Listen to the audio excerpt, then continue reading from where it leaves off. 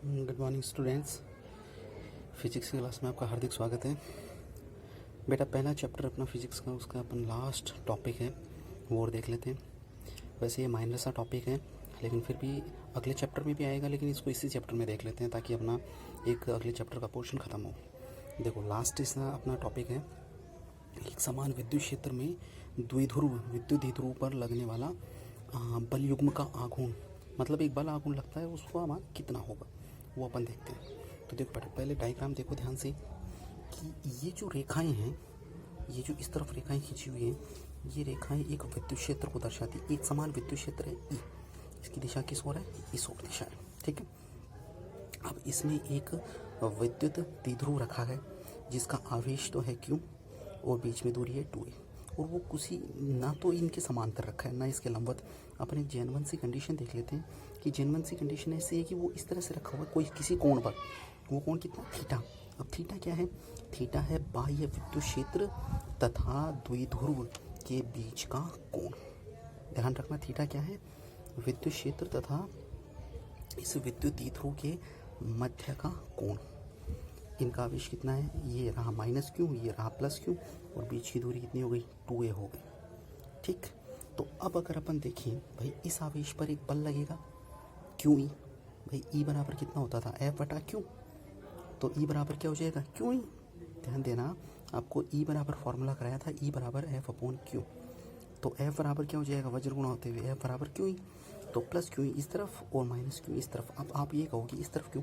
भाई प्लस आवेश है तो प्लस आवेश हमेशा विद्युत क्षेत्र की दिशा की ओर बल लगेगा, और माइनस आवेश है तो विद्युत क्षेत्र की दिशा की विपरीत, यानी QE प्लस इधर और -QE इधर।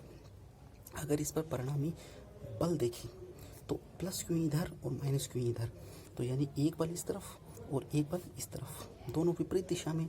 चूँकि बल क्या है? एक सदिश राशि। तो चूँकि बल एक सदिश राशि है तो सदिश राशि होने के कारण समान परंतु विपरीत दिशा में होने के कारण शून्य कर देंगे, तो इनका बल तो होगा शून्य। ये बात ध्यान रखना, इनका बल तो होगा शून्य परिणामी, लेकिन बल आघूर्ण शून्य नहीं होगा। क्यों नहीं होगा? क्योंकि बल आघूर्ण की एक परिभाषा होती है, बल आघूर्ण बराबर बल गुणा बल की लंबवत दिशा में दूरी। ये डायग्राम समझ में आ गया। अब अपन इसकी थ्योरी देखते हैं। देखो विद्युत क्षेत्र में एक विद्युत द्विध्रुव थीटा विक्षेप की स्थिति के साथ दिखाया गया है। द्विध्रुव के आवेश +Q तथा -Q पर लगने वाले विद्युत बल QE परिमाण में समान व दिशा में विपरीत हैं। दोनों की क्रिया रेखा भिन्न है, अतः दोनों बल युग्म बनाते हैं इस बल युग्म का आघूर्ण। अब अपन को ये दे रखा है कि एक समान दिशा में है, +-Q है, थीटा कोण से विक्षेपित है और 2a इनके बीच की दूरी है। इनको a दे दिया, नाम b दे दिया और इसको c दे दिया। इस पर +QE और इस पर -QE लिखना है। अब अपन क्या काम करते हैं? इस पर बल आघूर्ण की परिभाषा लगाते हैं। देखो बेटा बल आघूर्ण की परिभाषा से बल आघूर्ण टॉ से डिनोट करते हैं। बल आघूर्ण बराबर बल गुणा बल की लंबवत दूरी। तो ध्यान देना बल क्या है? यहाँ पर QE है। ये तो सिंपल है कि टाउ बराबर Q × E।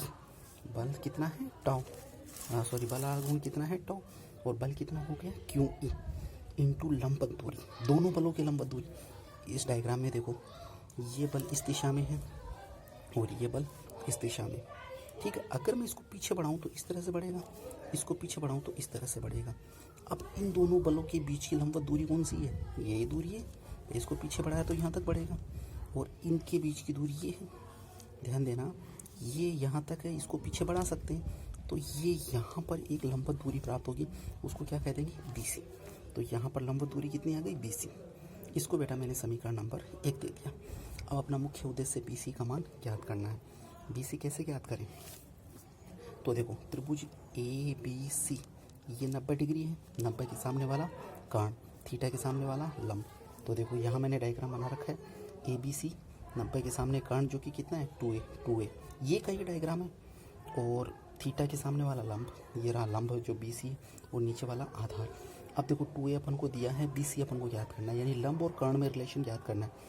लंब और कर्ण में रिलेशन क्या है? लंब और कर्ण में साइन थीटा होता है। साइन थीटा बराबर लंब बटे कर्ण बराबर BC/AB। तो साइन थीटा बराबर BC/2a।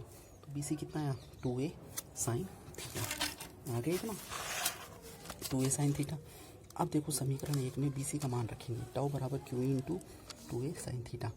अब देखो इस q इंटू 2a को मैं अलग लिख सकता हूँ और e साइन थीटा को अलग लिख सकता हूँ। q इंटू 2a क्या है, देखो p बराबर था द्विध्रुव आघूर्ण p बराबर q इंटू 2a, तो यहाँ पर टाउ बराबर पी ई साइन थीटा। अब देखो सदिश के अंदर जब सदिश गुणनफल होता है तो साइन थीटा तर, अदिश गुणनफल होता है तो कॉस थीटा आता है। तो अगर मैं इसको सदिश रूप में लिखूं तो टाउ सदिश बराबर पी क्रॉस ई, क्यों, क्योंकि साइन थीटा क्रॉस में बदल जाता है और कॉस थीटा डॉट में, और थीटा क्या है, विद्युत क्षेत्र व द्विध्रुव के मध्य का कोण। ये अपना फाइनल एक्सप्रेशन है जिसको समीकरण नंबर 2 दे दिया। अगर एग्जाम में पूछा जाए विद्युत क्षेत्र में द्विध्रुव पर लगने वाले बलागुण का मान ज्ञात करें तो आपको ये समीकरण 2 तक ज्ञात करना है। अब इसकी कुछ स्थितियाँ देख लेते हैं। स्थिति फर्स्ट, भाई थीटा का मान 0 हो, यानी कि ये जो द्विध्रुव है ये इस विद्युत क्षेत्र की दिशा में हो। अगर ये इसकी दिशा में होगा तो थीटा कितना हो जाएगा, 0। तो थीटा 0 होगा तो अपन समीकरण 2 क्या है, टाउ बराबर P E sine theta, sine theta, theta का मान 0, साइन 0 का मान 0, तो टाउ बराबर 0। ठीक है।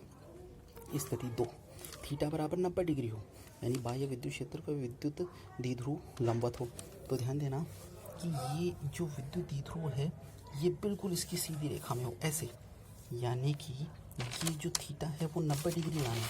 90 डिग्री लाने का मतलब है ये इस तरह से ना होकर ऐसे एक सीधी रेखा में ऐसे खड़ा हो जाए यहाँ पे। तो ये कोण कितना हो जाएगा, 90 डिग्री। इस कंडीशन में देखो 90 में क्या होगा कि थीटा बराबर 90, तो थीटा बराबर 90 तो साइन 90 का मान है, तो टाउ बराबर पी जो कि अधिकतम है।